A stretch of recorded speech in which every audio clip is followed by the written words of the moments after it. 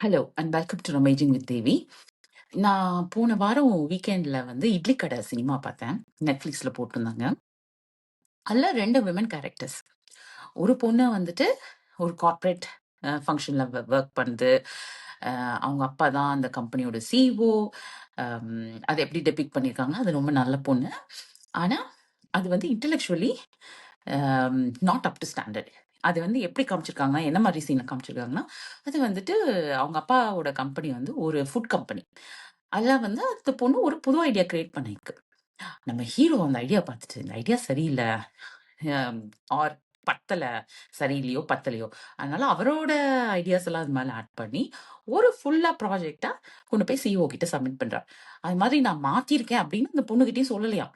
So என்ன சொல்றாங்கன்னா, அந்த பொண்ணுக்கு வந்து இன்டெலெக்சுவலி கேப்பபிள் இல்லை அப்படின்னு ஒரு கேரக்டர் எழுதியிருக்காங்க, கதாபாத்திரம். இன்னொரு கதாபாத்திரம் என்னன்னா, கிராமத்துல இருக்க ஒரு பொண்ணு. எப்பயும் போல ஒரு நல்ல வெள்ளையா இருக்க பொண்ண காஸ்ட் பண்ணி கொஞ்சம் கருப்பு பெயிண்ட போட்டிருக்காங்க. அது மட்டும் இல்லாம அந்த பொண்ணு வந்து கிராமத்துல படிச்சு வாழ்ந்திருக்கு. கிராமத்துல தான் இருக்கு. நம்ம ஹீரோவும் அதே கிராமத்துல படிச்சு வளர்ந்து அவரு சிங்கப்பூர் போயிட்டாரு. ஆனா நம்ம ஹீரோயின் என்ன படிச்சு முடிச்சுதா, காலேஜ் போச்சா என்னன்னே தெரியல. அது வந்துட்டு அவங்க அம்மா அப்பா வீட்ல வேலை பார்த்துட்டு இருக்கு. அவங்க அம்மா அப்பா இருந்தங்க அப்புறம் நம்ம ஹீரோ கூட வந்து வேலை பார்த்துட்டு, அதுக்கப்புறம் சேர்ந்து இட்லி கடை நடத்துது.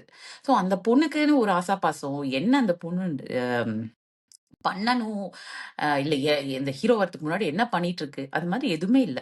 இது மாதிரி வந்து ஒரு முழுமையான கதாபாத்திரம் வந்துட்டு எழுதவே மாட்டேங்கிறீங்க தமிழ் சினிமால. முக்காவாசி.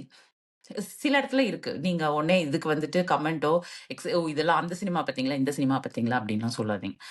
முக்காவாசி சினிமால வந்துட்டு நம்ம வந்து விமன் ஆக்ட்ரஸ் கதாபாத்திரம் வந்து ரியலி இட்ஸ் வாண்டிங்.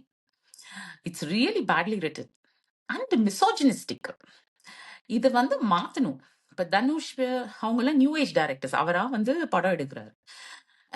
அப்படி இருக்கிறப்போ, புது படம்லாம் எடுக்கிறப்போ, எதுக்கு பழைய மாதிரியே சினிமா எழுதிட்டு இருக்கீங்க? இது ஏதோ 1950ஸ்ல எழுதின கதாபாத்திரம் மாதிரி இருந்தது அந்த நித்யா மேனன் கேரக்டர்லாம்.